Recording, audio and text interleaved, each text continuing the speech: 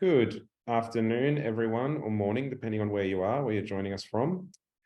I will begin with a few acknowledgements. First, an acknowledgement of country. So I'd like to begin by acknowledging that we're all meeting on land today that has been cared for for tens of thousands of years by the first people of this country.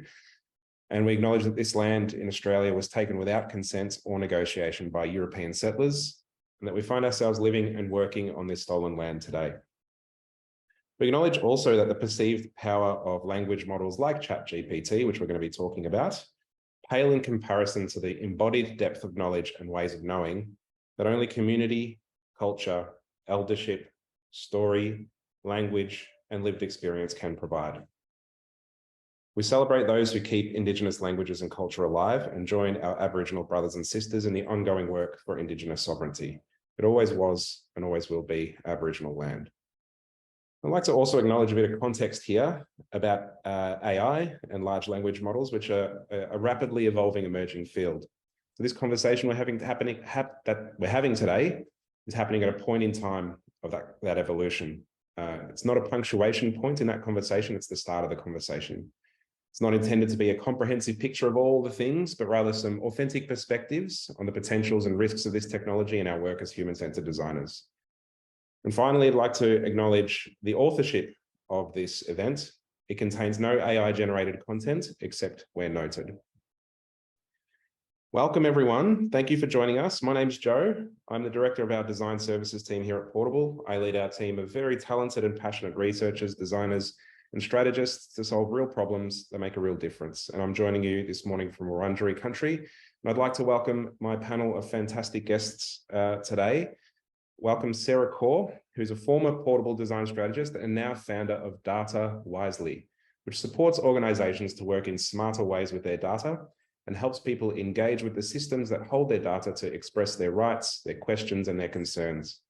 Sarah specializes in human-centered data design and has worked across many sectors, including mental health, aged care, access to justice, and the public sector. And Sarah's joining us from Wurundjeri country today. Afternoon, Sarah.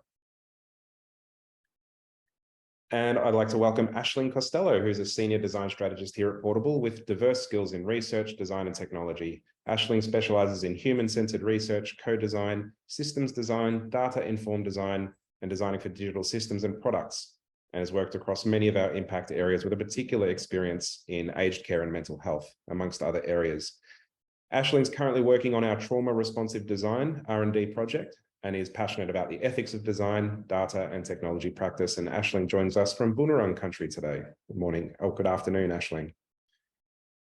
And finally, welcome Adam Corcoran, who is a principal design strategist here at Portable with experience working in a diverse design disciplines for public and private sector clients, as well as leading design and innovation projects for not-for-profit organizations. Adam is passionate about finding new ways and relearning old ways to solve systemic problems, while putting both people and our planet first and elevating the innovative voices we need to listen to the most in our decision-making. Adam joins us from Gadigal country today. Welcome, Adam. So great to be chatting with you all today. I have a warm-up question for us all before I get into some housekeeping and some framing. To give the audience some sense of your perspectives today, I'd like to ask each of you to share one key question you're currently holding about the use of ChatGPT and large language models like it in our work as human-centered designers. What question are you each holding? I'm going to go to you first, Sarah. Okay, my first question is, I'm so curious about who OpenAI worked with to train their data sets. So to, develop the human labeling and to reward the model and do reinforced training. I just am so curious about who got to work on that, because I feel like that was a design decision. And it's something that they haven't been really open about. And I'm curious about who they got and how that kind of interacts with the model that we are interacting with every day. So that's one curious thing for me. Thanks, Sarah. Yeah, it'd be really interesting to be a fly on the wall of those that work happening at OpenAI and other organizations like it. Thank you, Sarah. I'll go to you next, Adam. What question are you currently holding? Thanks, Joe. Great to have everyone here joining our conversation. So I think we've talked a little bit about this, but there are really oversimplifying ways to look at these sorts of technologies, and even oversimplifying ways to look at the laws or the principles that people before us have created about technology. So the one I'm really curious about is one of Kranzberg's 6 laws, that technology is neither good or bad, nor is it neutral. Often gets reduced to this commentary on humans can be bad with technology, or how do we think of technology? Is it just agnostic to our suffering and all these sorts of things? But I think the important thing that was quoted by Kranzberg within that is around the fact that technology interacts with our social ecology, and that there are technical developments that can have environmental, social, human consequences, and they can go far beyond the immediate purposes of the technology's intention. So I think that's a really important thing to consider, that's much deeper than just how you might read that law or that principle. Thanks, Adam. A bit of an insight into the kind of nuance you might expect from today's conversation. Appreciate it. And Aisling, what question are you holding coming into this conversation? Hey folks, hi everyone. They are deadly questions. I love hearing the layers of deep thought and consideration and conscientiousness behind them. My question is a two-parter, and it comes from, as with all things, many of the things I embody in my practice and myself. I love sci-fi. I'm really interested and curious about how science fiction, writing, plays, film, TV, lots of different media has affected our perceptions of technology, of robotics, of AI. I'm really curious and interested in, and always seeking to learn more about data ethics. We are humans, we create systems that we live in. Data is one of those systems. A data-informed designer, a human-centered designer, is always curious about where's the humanity in that data system. And I'm really interested in how so many people who live in this shared system of data are excluded from decision-making and are not part of getting a say in how their data is used, how it impacts them, influences what they can and don't get access to. And I also have separately a growing interest in, of all things, I am Irish, and in Irish language, storytelling and mythology. And I've recently become aware that that sci-fi story that we might be really familiar with from the 1800s onwards, with Frankenstein and Kubrick in the 60s and all that sort of stuff, has really come from and has deep roots in ancient mythology and storytelling that's tens of thousands of years old. Like quantum physics is not new, folks. Somebody already did it. So my question is a two-parter, and it's, how do our cultural connections affect how we think about AI today? And then when future generations look back on us, how will they feel about how we've included things like ChatGPT's large language model, LLM, in our AI, in our storytelling and myth creation? How will they feel when they look back on us today? Because it's not just about us, it's about the future. Thank you, Aisling, and thank you, team. What awesome questions. As designers, we love context, and it's great to hear you, Aisling, bringing in some of our cultural and the shared story, that context into the conversation as well. We'll get to some more discussion shortly, but briefly, here's how today's event will run. So I'll spend a short amount of time providing some framing for the conversation about HCD, about Portable, about ChatGPT and large language models. The bulk of the session will be an exploratory discussion with our panelists, where I'll pose some questions and we'll hear from each person. We'll then leave around 10 minutes or so for questions from the audience. So if you have any questions you'd like our panelists to explore, please use the Q&A function in Zoom. We have a lot of attendees today. It's unlikely we're going to be able to get to every question. We'll do our best. And Madison is joining us, our marketing manager here at Portable. He'll be our technical support for the day. I believe his name is in the chat is it Portable Training?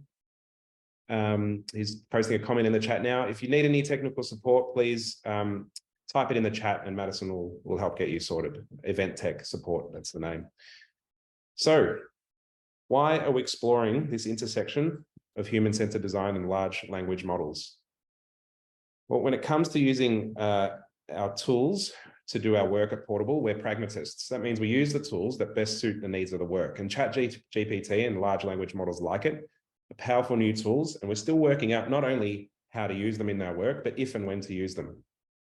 As we explore the potential for good and harm, we feel it's timely to invite our peers in design, technology, and the social and public sectors in to explore these questions with us. So our intention is to demonstrate a healthy and nuanced dialogue about the potentials and pitfalls of this tech, so that you can be inspired and equipped with these questions and considerations to move forward in your own explorations more confidently. In order to explore this freely and openly, we need to let go of being experts who have all the answers. conversations like this can take some courage, and we're sharing our early experiments and conversations so that we may learn from this and be more informed about how we relate to and work with this tech. This is about intentionally placing ourselves, our practice, and our inherited cultural context in relationship with this tool. And our main hope as a group here is that through our public demonstration of this conversation, you're inspired to take similar questions into your own workplaces, host discussions that drive smarter, safer use of this technology.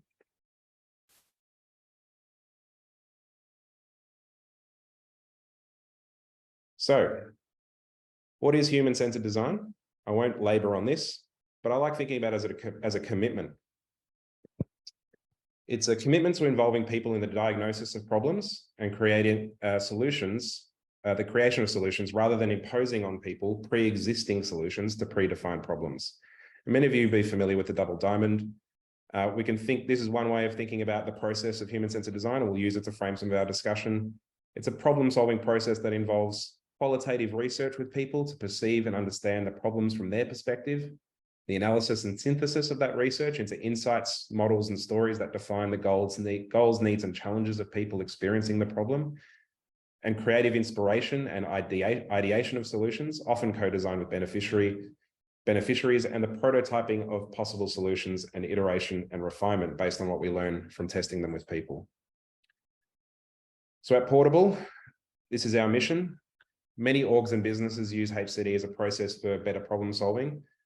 At Portable, it's essential to our mission, which is to seek out areas of social need, policy failure, and make transformational change using research, design, and tech.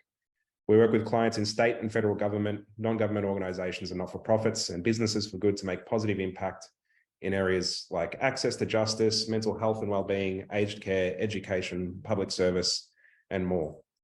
And we involve people who experience complex social problems in the design process. And these people often have histories of trauma, may be experiencing institutional trauma while navigating these systems. It's essential for us to prioritize safety and ethics when doing this work. And that means constantly reflecting on our design solutions, as well as our intentions, our practices, and our tools to ensure they're effective and ethical and aren't putting people at risk of harm. And ChatGPT is one of those tools that we're reflecting on. Now, what is ChatGPT? You're probably all familiar with it if you're part of this webinar, but I thought who better to ask than ChatGPT itself.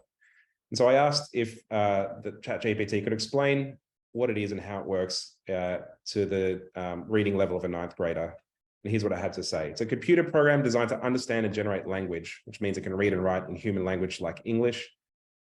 It uses a type of AI called a language model to do this. It works by analyzing large amounts of text data from the net and other sources like books and articles, uses that to learn the patterns and structures of language, as well as the meanings of different words and phrases. Once it's learned enough about language, it can generate its own sentences and responses based on the input it receives from users.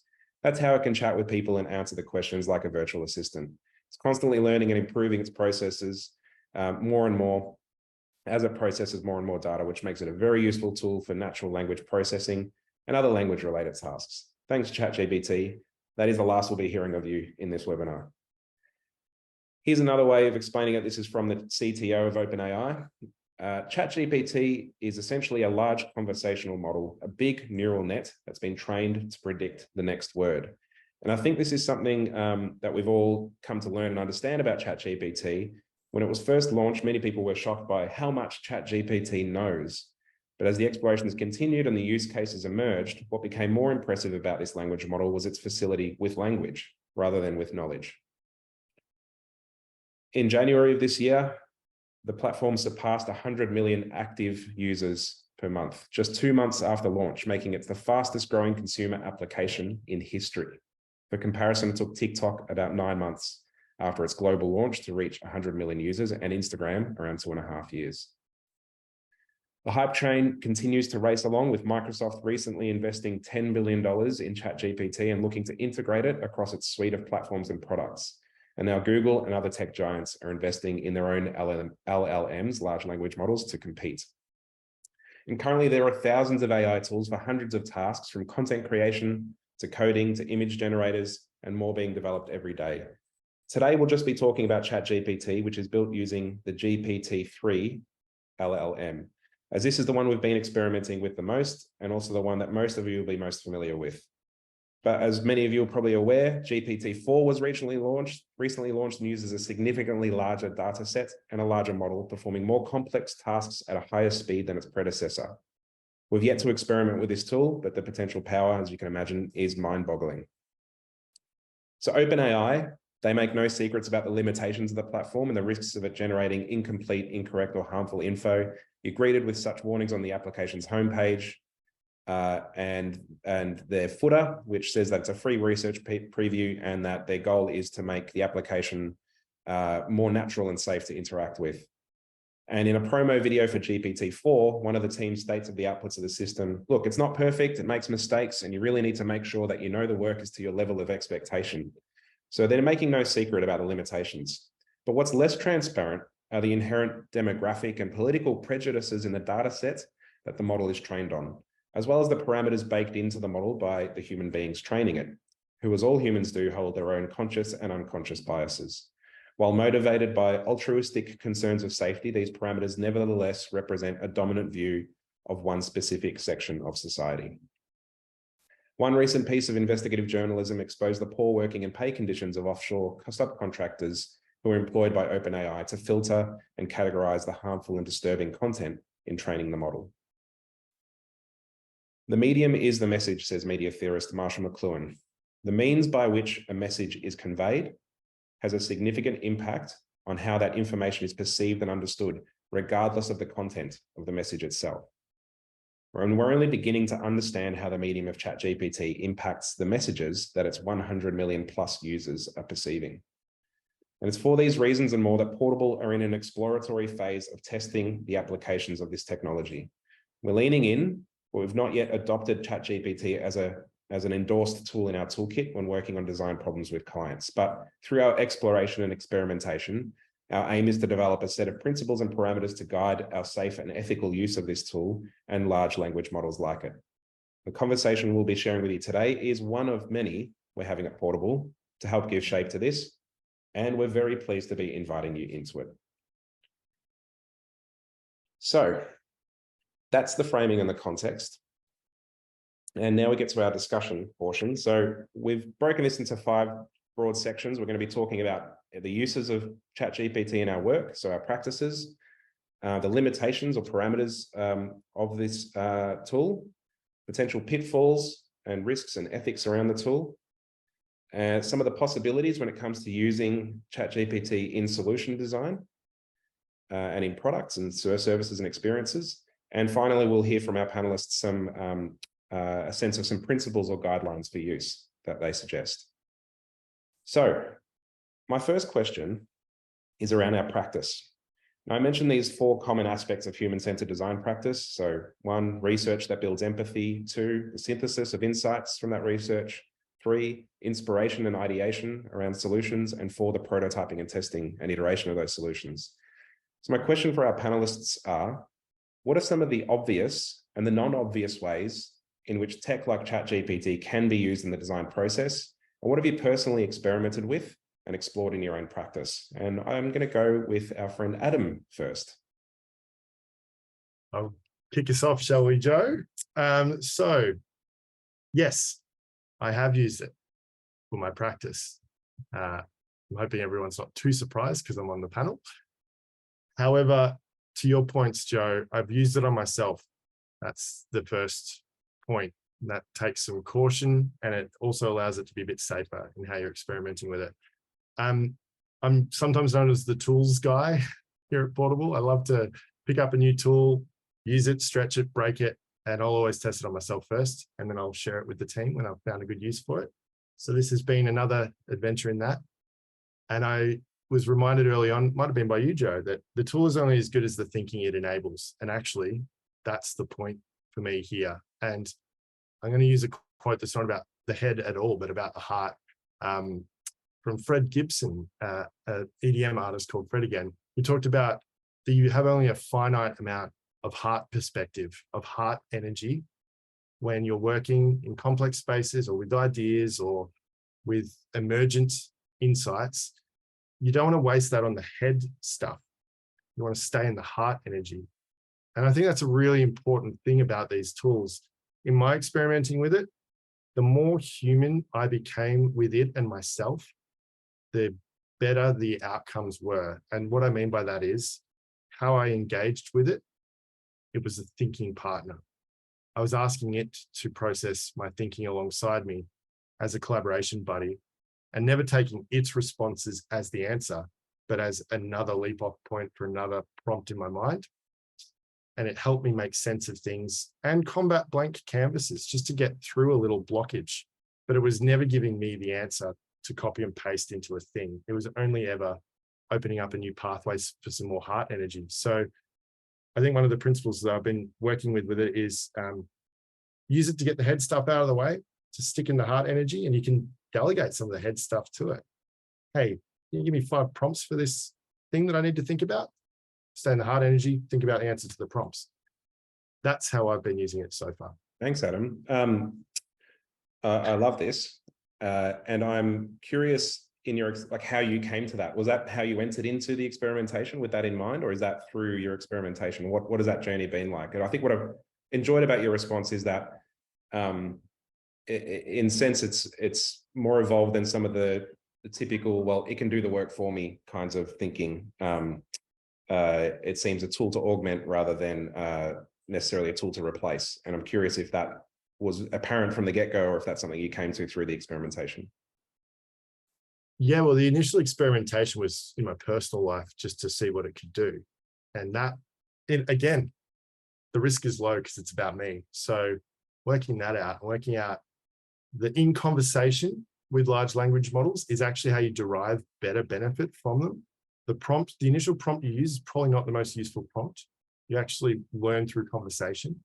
So in essence, it helped me learn about the world, myself, and the concepts I was wrangling with. And I think the thing here to point out is that language is both its superpower and its limitation. And, you know, I tend to think in language.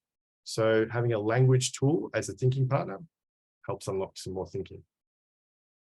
Thanks, Adam. I might come back to you to share maybe a practical example or two that you may have used it in, but I'd like to open up to our other panelists. Sarah, what are some of the ways in which we can use tech like this in the design process?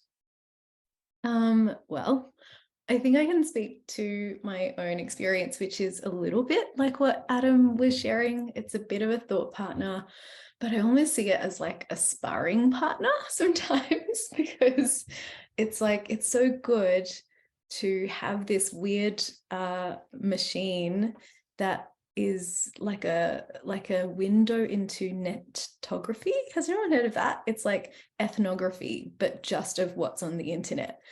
And in a way, I think that that's kind of the best way that I think of ChatGPT, is like kind of a weird mishmash of a lot of things that have been on the internet. And so what I like to do is I like to understand how I can be more human compared to it. So as an example, as a HCD designer, often our research is clustered, analyzed, synthesized into something that might look like an opportunity statement or a recommendation.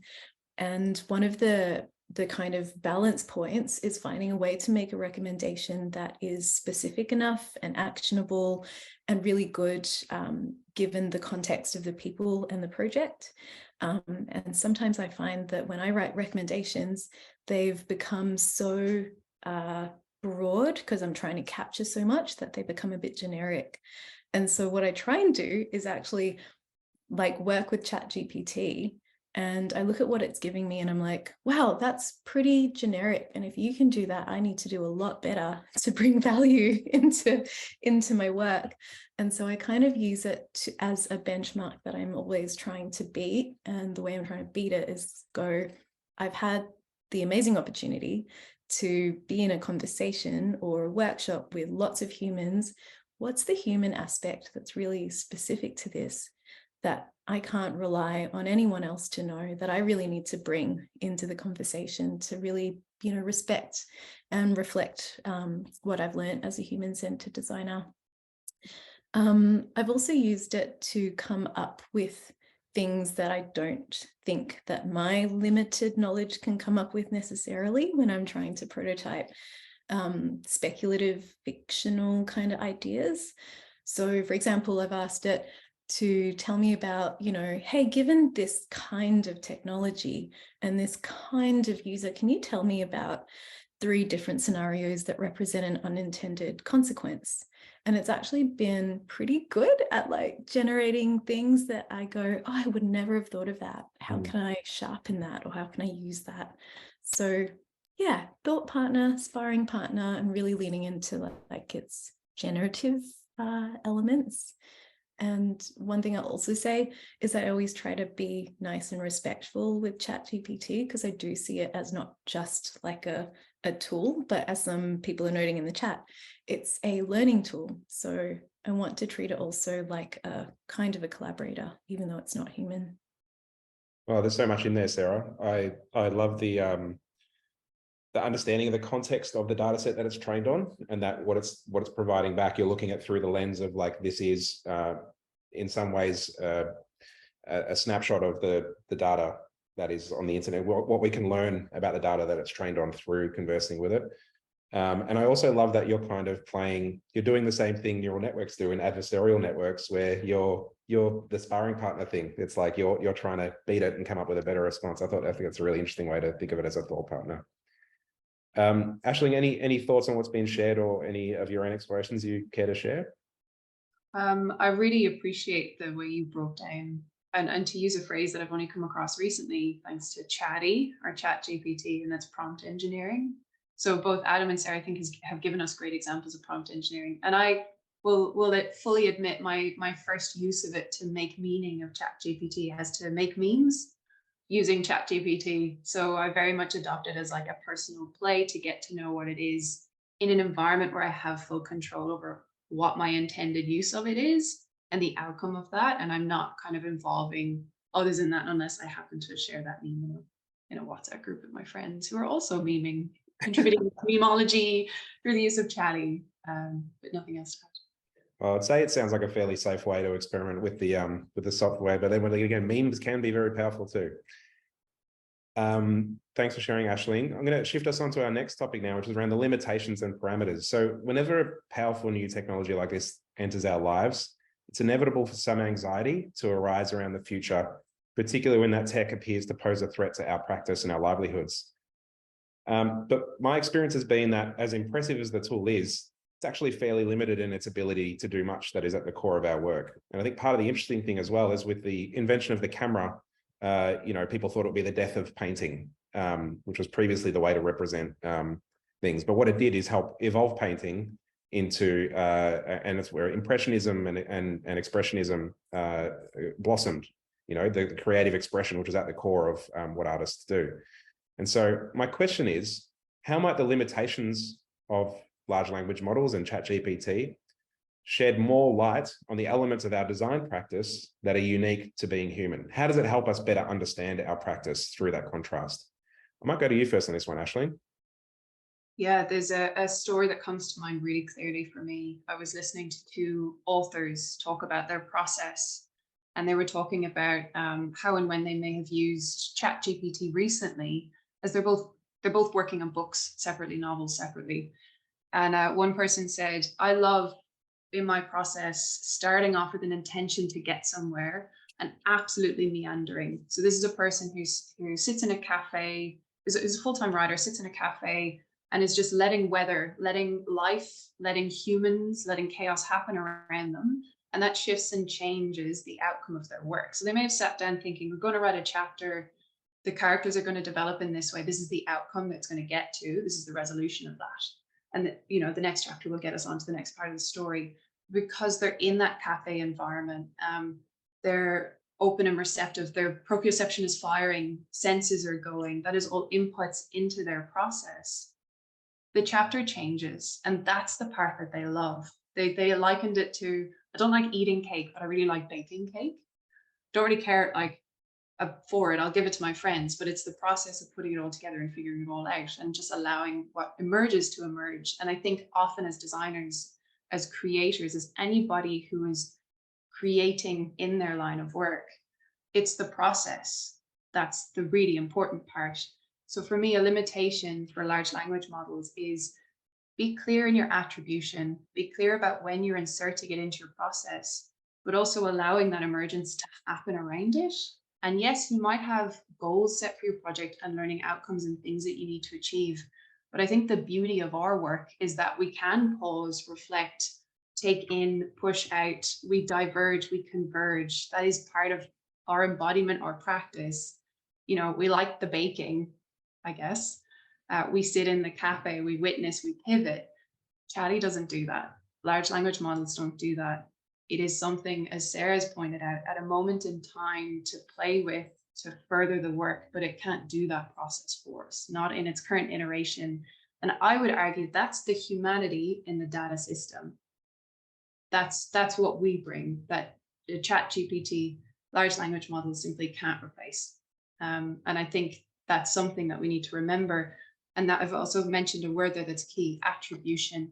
So knowing what role has Chatty played in this work, and then making sure that the outcome of that work reflects and is honest and truthful to that role and that attribution. And I've seen some comments coming through about the ethical implications of using things like these in our work. Attribution is absolutely key when we think about the ethical implications of using it. Yeah, I love that, Aisling. Thank you. I think that both really strong points. And I think the point around attribution, I think demonstrates where we can be honest and back the value that we do bring to the work, rather than feeling like we need to hide something that has made aspects of our job easier or augmented them in some way. I really like that perspective. And yeah, thank you, Aisling. Sarah, what do you feel this tech sheds light on in terms of our practice, and what makes it unique to being a human? Well, I was thinking how a lot of our work is, forming a trusted relationship with people that we're working with. So with the team, with participants who are joining us to be co-designers, or research partners. And part of that is kind of making it safe to talk about our own limitations. And I think that's quite deeply human. And I think a really deeply human safe space involves the ability to say, I don't know, when you're asked a question. And I feel like that is a severe limitation of ChatGPT. It just does not know what it doesn't know. And it can't say, I don't know. And I don't know how it's possible for that to be trained in. But for me, that's a very humanly awesome, great thing that this machine can't do. Well, that's a fantastic response. Yeah, that beginner's mind inquiry that makes us so valuable in the work that we do. Thanks, Sarah. Adam, have you got some thoughts here about how ChatGPT helps you understand what's more unique to about your practice and being a human doing it? Yeah, it's a good segue from Sarah's points, Joe, just to illustrate with kind of a real world example. I'm currently on an exceptionally exciting project where there are no ways to have set agendas, set plans, or note-taking even present in the engagement. It's highly complex, it's really challenging stuff, and I'm loving it. And the only way I can learn is this embodied in the gut learning process that, as designers, taking it that there's a lot of designers on the call, we can do that. And that embodied form of learning, we're also learning as we do this project about embodied wisdom from folks who know how to do things that scientific models support, but they're not coming from the model when they're doing it. They're actually using lived experience, wisdom, and they don't even use the words that scientists or academics would to describe what they do for people to help people.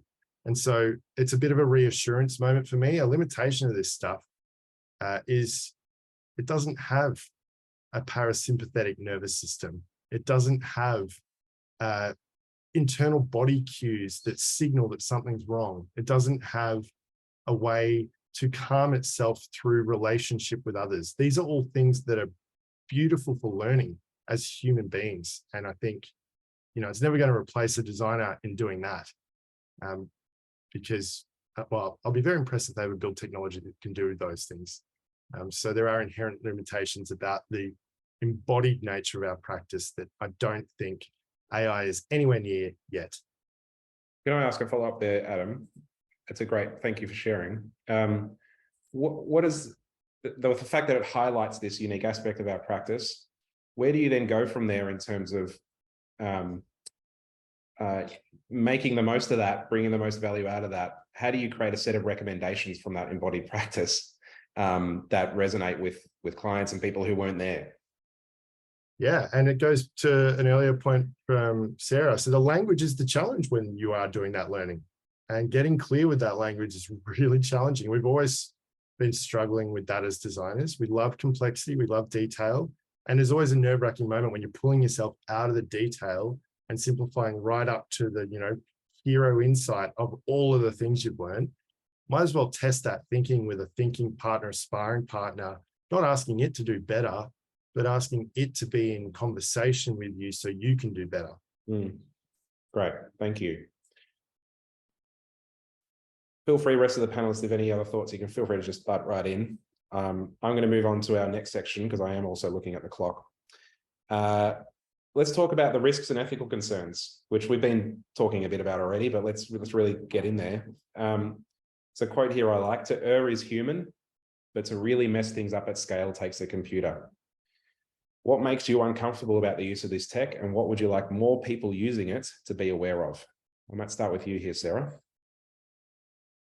Okay, I'm going to read a quote from a very smart person called Emily Bender. She's on Twitter, Emily M. Bender, and she's written, along with 3 co-authors, an article from 2019, and it's called something like "The Dangers of Stochastic Parrots." And she's really asking us about how big a data set that trains a large language model should be. And really she's saying, because it is so big, there is just no way for us to understand what's gone into it and the data sets. And she's actually positing that maybe it's better for people to do this more responsibly by saying they'll only use the data set that is as big as their resources allow them to document and curate that data properly. And the quote that she's got is, "Without clear and thorough documentation of what is in the data set and the properties of the trained model, we're not positioned to understand its biases and other possible negative effects, not possible to work to mitigate them or actually find a fit between model and use case." And so what I really want people to be aware of is that it's so powerful, but it can't critically reason, and we can't necessarily have all the information that we need as designers to make really informed choices because of what's not transparent to us. Before we see the data model itself, Yeah. So as designers, I think we want to make quite informed ethical decisions. And in this case, sometimes we have to accept what we don't know and may never know. And I think this is almost exacerbated in ChatGPT version 4, because although it does lots of things better, they're less transparent about what they've used. Yes, thank you, Sarah. It is it is the case with a lot of neural networks in general in terms of how they work. There is an opaqueness to them, which I'll speak some more about in a moment. Aisling, you have some thoughts on this question. What would you like more people using this software, this product, this platform to be aware of? Yes, I think, Sarah, you've touched on like the concept of explainability and the idea of having a human on the loop. And I think we've seen that in all of the examples we've given. All of us are very much, if our process of designing is a loop, we are on that loop. We are aware of what we are using ChatGPT for or not for. So when I'm in memology land, I'm aware that I am creating that and I know what I want to do with it. But to kind of elaborate a little further on what you shared, Sarah, we don't have that insight into what has informed ChatGPT exactly. It's not really included in the documentation that OpenAI have released. And if you look at their technical specs, the design card, it just doesn't include it for, I'm assuming, proprietary reasons. But there is that voice in my head, that is on that social journey I mentioned earlier, that interest in sci-fi, that rise in the paranoia of sci-fi, the dystopian viewpoint. that's going, why is that not included? Why don't I know what's in this? I'm interested in this. There's an emotional attachment to this. Why is this happening? I think from a user perspective, we might start to see more AI products and services be released. We might start to see more implementation in our work. I think advocating for explainability, advocating for a human on the loop, not just placing it in and off it goes, but doing that upfront.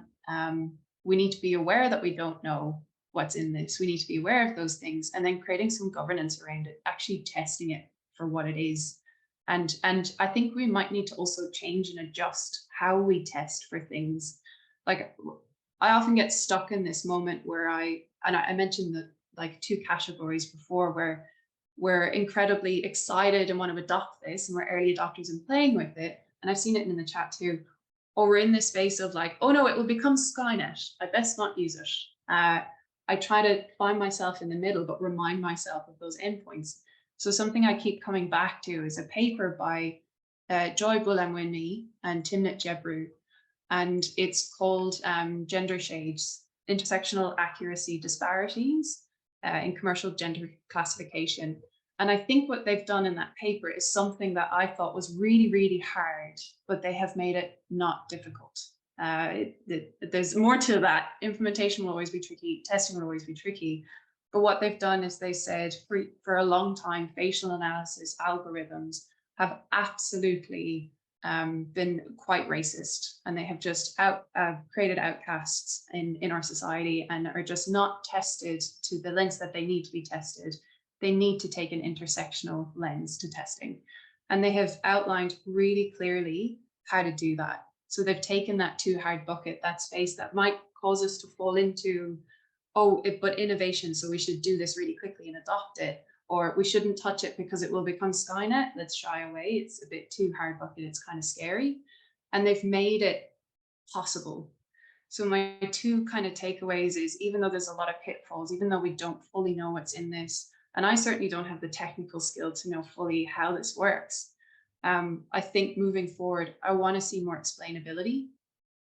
As products and systems and services that use AI become part of our work, I want to see humans on the loop. And I want to see our approach to testing and understanding how we implement those things change, so that we take that intersectional approach.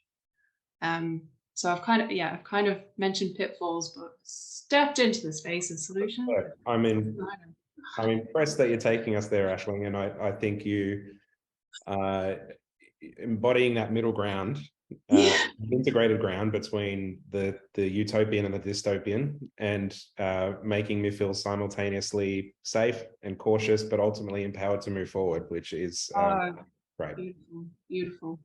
I think it's a great segue, because we want to talk about some possibilities around large language models in design solutions. And so I'll give a bit of framing for this question, but the potential applications of this tech are not just, mind-boggling when it comes to our design practice, how we do the work that we do, but to the products, experiences, services we design, the solutions too. And already we're seeing ChatGPT, the API integrated into web search, into customer service experiences, knowledge management apps, apps for writing content, digital health services, and more. And there's this race for tech companies to figure out the use cases and capitalize on the popularity of the tech. This is exciting for progress and really concerning too. One of the core tenets of user-centered design is that there is no such thing as user error. That's a thing of the past. Errors are the result of a lack of adequate guidance and affordances and explainability designed into the product. That's what usability is all about. And so from this perspective, there's something about how ChatGPT is designed that makes me, the designer in me, kind of uncomfortable, because on the surface level, the usability is extremely high. It's a really simple interface. It's a text entry box, a conversation history. You type what you want to ask it in whatever way feels natural to you, and it responds just as naturally. You have a conversation. It's so intuitive. My mum could use it. This is in large part why it's been hugely successful. But what's not intuitive is how we should be interpreting and making sense of its responses. That's entirely left up to the user to figure out, and to figure out how or if the content it provides is helpful, accurate, and complete. And this is because, as we mentioned, the processes by which this technology generates responses are entirely opaque. They're hidden. We don't know how it's doing what it's doing. And this isn't just because OpenAI hasn't yet revealed detail of the data sets it trains its models on, or the technical detail of the encoding and decoding process, but its opaqueness is an inherent quality of neural networks in general. This is how they work. They make a huge number of invisible connections in hidden layers that exist between the input and the output of data. And you add to that the inherent fuzziness of the English language and its room for interpretation, and you end up with an incredibly powerful, easy to use bullshitting machine. And I'm not convinced that disclaimers and warnings are going to be enough to shift the way that people use and interpret the information from large language models, especially not after the fact that people have been trained for decades by designers like us to trust the usability and trust that when they ask their technology to do something, it's going to do it with accuracy. So my question for our panelists is, how might we design in better guidance and better affordances into solutions, into our products and experiences that integrate LLMs, so that users are supported to engage with their critical thinking and circumvent this untrustworthiness that's inherent in the content that it generates? Big question. Aisling, I sense the explainability point is kind of cogent here. Is there more you wanted to say to that? Yes, to kind of recap, explainability, humans on the loop, intersectional testing. And I've seen some comments come through with really strong calls to action for designers to be aware of data in, data out, to become aware of what it has been, the data sets it's been trained on are inherently biased, and to be aware of how that might be coming out the other side. I'm also in that moment of trying to not fall into those two camps and hold space with some optimism. My hat is slipping, but it's on. And I think looking at how we regulate, how we govern, how we can, as long as IP is going to keep that hidden from us, keep those data sets hidden from us, keep the encoders and decoders and how they work in the data sets between hidden from us. I think if you're implementing AI or involved in it and governance is not included in the cost of that, you can't afford the AI. Like you just straight up can't afford it. Not until we have more transparency as designers. It's a strong stance, but there you go. I love it. Thank you, Aisling. I'm going to go to Sarah next. So how might we design in better guidance and affordances to circumvent this untrustworthiness of the content? I might ask you to attempt to be concise so we can save some time for questions and answers. Yes, I've just been super distracted in the chat. It's great chat going on. What we have to remember is basically the affordance is you're not talking to someone who really understands what you're really asking. So it's like it can pretend to, but you don't have that opportunity to like build a real relationship with this person. You don't really get to create a space where you're like, hey, we established that we both understand that we're interacting on this level. And we're having a conversation where we share a mental model. I don't think we can yet share a mental model with ChatGPT, and that should really inform any conversations we have out of it and how we use their outputs really critically. And just like when Wikipedia came out and university lecturers were like, don't use Wikipedia as your source, just keep fact checking. Great one. Thanks, Sarah. This is, I think, a really an opportunity for designers out there to workshop this question. How might we design better interfaces, better affordances, better guidance into these experiences to mitigate the risks of that we're talking about.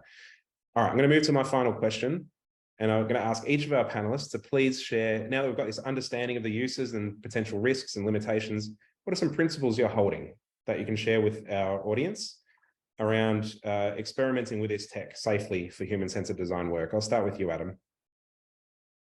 Thanks, Joe. I'll try and state it in a principle, and I look forward to looking back on this video in a couple of years' time and realizing how wrong I might have been. But language is just one form of thinking, and it shouldn't be confused as all thinking.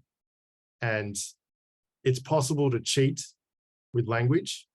If you want it to give you an answer, it can give you an answer. I know people who are CEOs who are writing emails with this thing, outside of our business, by the way. And I think that it's not possible to cheat with thinking with this thing yet. And if we use our critical thinking, because we know it's only using language, predicted language, it's predicting its responses to us based on what it thinks we're going to be favorable to. Critical thinking is the key for using it. So language is only one form of thinking. It's not all thinking. and use your own critical thinking when you're working with it. Love that. Thank you, Adam. I'll go to you next, Sarah. What principles or principle have you been, do you feel worth sharing with the audience today? I think the principle of authorship, and I know we've talked a lot about acknowledging, like attributing things to ChatGPT.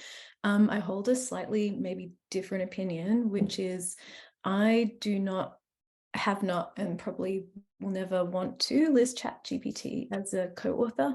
And that's because I'm not asking it to take responsibility for what I create and do. It is not an author, and it cannot be an author because I need to stand behind my own work, and it can't take responsibility. And I think remembering that really critical point is good because it helps us understand our responsibility. That's great, Sarah. And I think it highlights the fact that I don't believe ChatGPT actually adheres to the official definition of artificial intelligence. It doesn't and can't have the responsibility that a human being has over decisions and choices. And I think that's really putting it in its place when you do that. So I applaud that. Thank you, Sarah. Aisling, any principles you're holding you'd like to communicate? I think to build on that point, and there's a beautiful comment from Susan Errington in the chat. ChatGPT is a giant talking encyclopedia, not a person. And I really like that. And when I think of language, I think of the cultural connection. I think of oral history, oral culture. It's a sensory experience. ChatGPT is just giving me text. That is it. And I really like how you summarized it, Sarah. It's not a co-author. It's a tool that I've used. And a great example, I think for me, that comes to life, brings us to life. In the early 90s, we had the rise of computers that drastically changed graphic design. Some people adopted and adapted their practice to become digital and use digital in their work, but we still have analog creation and making in graphic design today. ChatGPT is just another tool. It is a wrench. It is not a co-author. It's not a colleague. It's not a cobot. So we're not even there yet. Yeah, it's a talking Wikipedia. I really like that. I'm just imagining a giant walking, talking encyclopedia, and I'm a little more scared about it than I was with ChatGPT. But that's great. Thank you, Aisling, and thank you, panelists, for sharing those. We've got time for maybe one or two questions. And I see, Adam, you've just typed a response to one, I thought a really practical one that an anonymous attendee has asked, which is our thoughts from the panelists are, oh, sorry, where has it gone? Oh, it's disappeared. You've answered it, Adam. Here we go. Can you guys share some advice relating to prompts? And someone mentioned prompt engineering before. That is a new field. That is a new role, a new job people are having, prompt engineer, quite high paying in some cases. Some advice relating to prompts. What works? What does not work? An example of how to ask something, and another one of how not to ask. Adam, I know you've had a bit of experience playing around with this. Would you care to share a response here? Yeah, I'll sort of repeat what I wrote there. You've got to be human. Treat it like a respectful conversation rather than, I said it this morning, it's not a blunt sledgehammer. Treat it like a chisel trying to sculpt with. So you can't ask it for everything up front. Maybe one day we'll be able to do that, but this is about dialogue. And the more context you can provide over time, and the more correction respectfully as well, and the more nuance you can add into that conversation you're having with it, the better the conversation becomes. And I'm using that word conversation rather than answers, because I don't think it's there to provide you the answers. It's there to provide you the thinking space for your answers. And that conversation in and of itself is a thinking process. So that's how I use it. I think the respect thing is just important to keep in mind, because one day we might be interacting far more often with these sorts of things, and kindness can still be afforded to things that aren't human. Yeah, you make me think of there, Adam, as a meditator, when I really get this calm and spacious and observe my thoughts, they don't seem to be coming from me. And it's almost like there is this thought partner already in my mind. And so we can in some ways think about ChatGPT as that second brain who, we can bring our intention to it. But I'm curious, Adam, about this point around being kind to it and respectful to it. One might assume that you're scared about the robots turning on us and that we better not upset them. Where's that coming from? Good question, Joe. I've realized more recently that it's one of my operating models as a designer. So I would invite people just to understand and discover their own way of being as a designer and use that in dialogue. So the underlying point there is, if I'm more me, the more me the thinking will become as I work with it as a thought partner. So hopefully there's a few other kind designers out there, but you might be a different type of designer, and make sure you lean into that personality as you're using it. Thank you, Adam. I would ask another question, but I don't want to rush us through quick responses and put us under that pressure. There are so many great questions here, so much uncovered territory. In particular, some good questions around ethics and the use of people's data that we're inputting into the system, and that, as well as the rights of the data that it's people who have created data that it's trained on. And I know there's a lot of legal suits and conversation around that, particularly around image generating AI. A great sign that there's more conversation to be had here, right? And so again, we hope you take inspiration from this, take these conversations in your own organizations. No one has the answer to all these questions. It's really going to take us discussing them, experimenting, being open and critical in our thinking, and collaborative to work them out. And so thank you for taking part in this discussion today. Massive thank you to everyone who's been posting great things in the chat, and of course to our panelists for their thoughtfulness and openness in sharing today. Again, our main hope is that through our public demonstration, you're able to take similar questions into your workplaces and host similar discussions. Finally, this is the first in a series of talks about AI at Portable. Please keep an eye out for our next events. There'll be one about the impact of AI and technology titled "First It Stole My Code, Now AI is After My Job." And it's going to feature a panel of Portable's technology leaders in that conversation. So stay tuned for that as they discuss the ethical questions being raised in the areas of tech that may or may not one day replace humans with artificial intelligence. And many more events to be announced too. We recommend visiting the Portable site to see what's coming soon, portable.com.au. If you haven't already, be sure to sign up to the newsletter for the latest industry news, announcements, events, and more. And a final reminder, I know there's been a bunch of questions. All registrants will be emailed a link to access the recording of this webinar within the next 24 hours. So feel free to share it with your colleagues as an opener to the kinds of conversations that we hope you have. Thank you. And a big thanks to Madison as well for helping us with tech support and chat in the background and for setting this all up. Thank you again, everyone. Really enjoyed the chat. I hope you enjoyed it too. Picking up my last point there, someone thanked ChatGPT for being an involuntary party to the conversation.